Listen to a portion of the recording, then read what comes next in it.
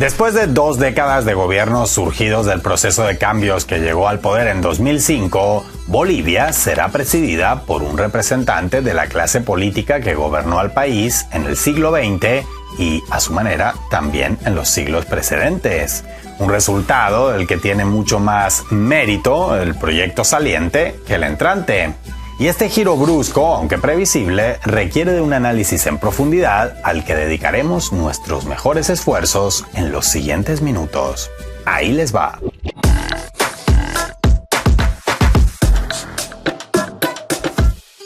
El próximo presidente boliviano no será ni Evo Morales, ni Luis Arce, ni un aliado ni exaliado de ninguno de ellos tampoco.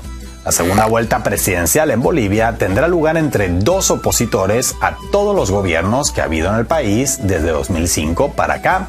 Algo inédito en los últimos 20 años, si dejamos de lado, claro está, esa especie de interinato autoproclamado protagonizado por Yanine Áñez allá por 2019-2020.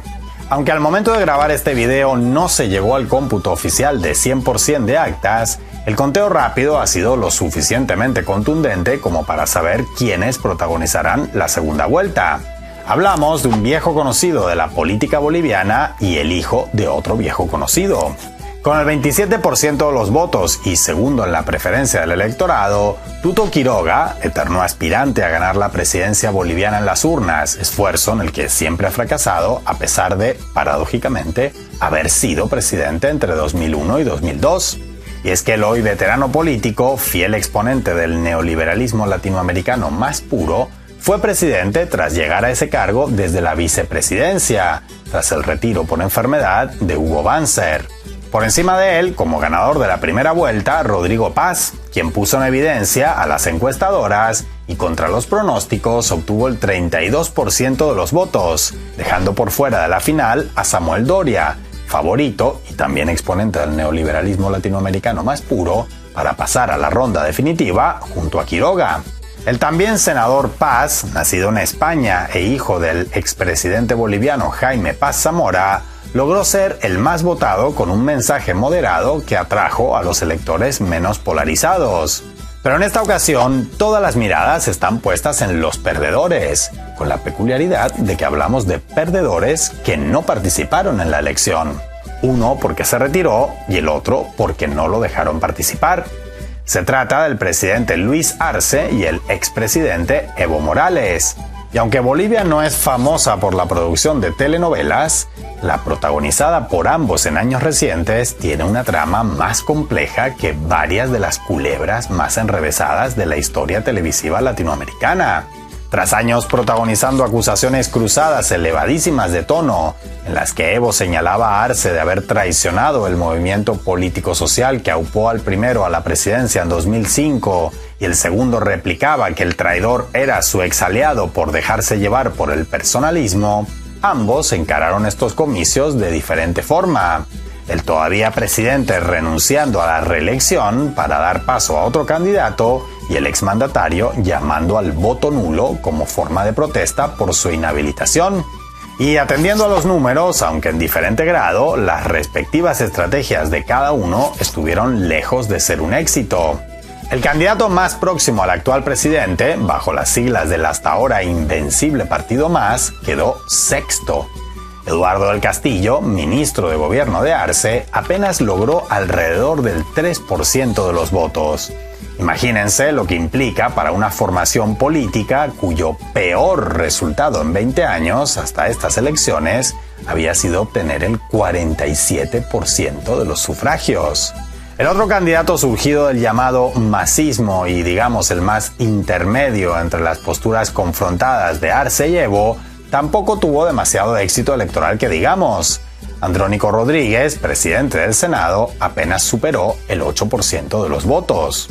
Así, de entre los 3 candidatos vinculados de una u otra forma al proceso de cambio iniciado en Bolivia en 2005, el que más apoyo en las urnas logró fue Evo Morales, si contabilizamos los votos nulos exclusivamente como emitidos, siguiendo su pedido de deslegitimar estos comicios, sufragando de esa manera. Pero incluso suponiendo que ese 1,000,000 y pico de sufragios en su totalidad sean un apoyo al exmandatario, este tampoco queda muy bien parado electoralmente. Tanto Rodrigo Paz como Tuto Quiroga superaron el número de papeletas nulas. Por otro lado, la abstención, como en comicios anteriores, fue de alrededor del 12% y no parece haber jugado un rol que pueda atribuirse al inhabilitado Evo o ningún otro político. Además, en retrospectiva, incluso suponiendo nuevamente que absolutamente todos los votos nulos son papeletas pro Evo, lo que no hay forma de demostrar, aunque estos se sextuplicaron respecto a comicios anteriores, están muy por detrás de los votos efectivos que el exmandatario recibió en elecciones anteriores. Dicho en otras palabras, el capital político de Evo y sus aliados, aunque claramente menguante, es sin duda mucho mayor al de Arce y los suyos. Pero ese consuelo no le habría permitido imponerse en primera vuelta, tal como hizo en todas sus postulaciones anteriores. Además, según los resultados, incluso muy probablemente también hubiera sido insuficiente para pasar a segunda vuelta, de haber sido habilitado como candidato. Electoralmente hablando, el resultado de la crisis económica que atraviesa Bolivia por un lado y de la pugna entre ambos excompañeros de partido por el otro, fue que la gran mayoría de los votos de los bolivianos se fueron hacia candidatos opuestos tanto a Evo como a Arce y el proyecto que cada uno dice defender y representar mejor que el otro. Esto no lo decimos nosotros, sino los resultados electorales, que como toda cifra son tan fríos como implacables. Y la realidad, tan fría e implacable como las cifras, es que en uno de los países hasta ahora más políticamente previsibles de la región, en la casi totalidad de lo que va de siglo, se abren un montón de incertidumbres. Con la presidencia y el poder legislativo nuevamente en manos de la clase política tradicional boliviana, gane quien gane en la segunda vuelta, en octubre, sin duda se avisoran grandes cambios en el país, sociales, económicos, legales, de visión de Estado, que en no pocos casos podrían llegar a ser de 180 grados. Teóricamente, con el previsible nuevo reparto de asientos en Cámara y Senado, ni siquiera la Constitución de 2009 tiene garantizada su continuidad. En el plano internacional, también incertidumbre respecto al futuro rol de la nación andina en los BRICS, a los que ingresó como miembro asociado apenas a inicios de este año. También sabremos en unos meses si veremos a un embajador israelí entregando credenciales al futuro presidente, tras 20 años en los que no hubo relaciones diplomáticas con Tel Aviv durante 12. Ni hablar del futuro del litio, uno de esos recursos energéticos que históricamente han sido la salvación o la desgracia de tantas naciones de América Latina, dependiendo de cómo los administre el gobierno de turno. Así, de momento, la única certeza es que el lanzamiento de culpas de lado y lado dentro de lo que fue el movimiento político con más apoyo en las urnas de la historia boliviana no se detendrá, sino que seguramente arreciará. Y a estas alturas, poco importa quién tenía la razón, o mejor dicho, quién estaba menos equivocado, porque el harakiri al estilo boliviano ya está hecho. Mucho más importante es sacar las conclusiones adecuadas de lo sucedido, tanto dentro como fuera de Bolivia. Conclusiones que, no por difíciles y hasta dolorosas, dejan por ello de ser tan valiosas como imprescindibles.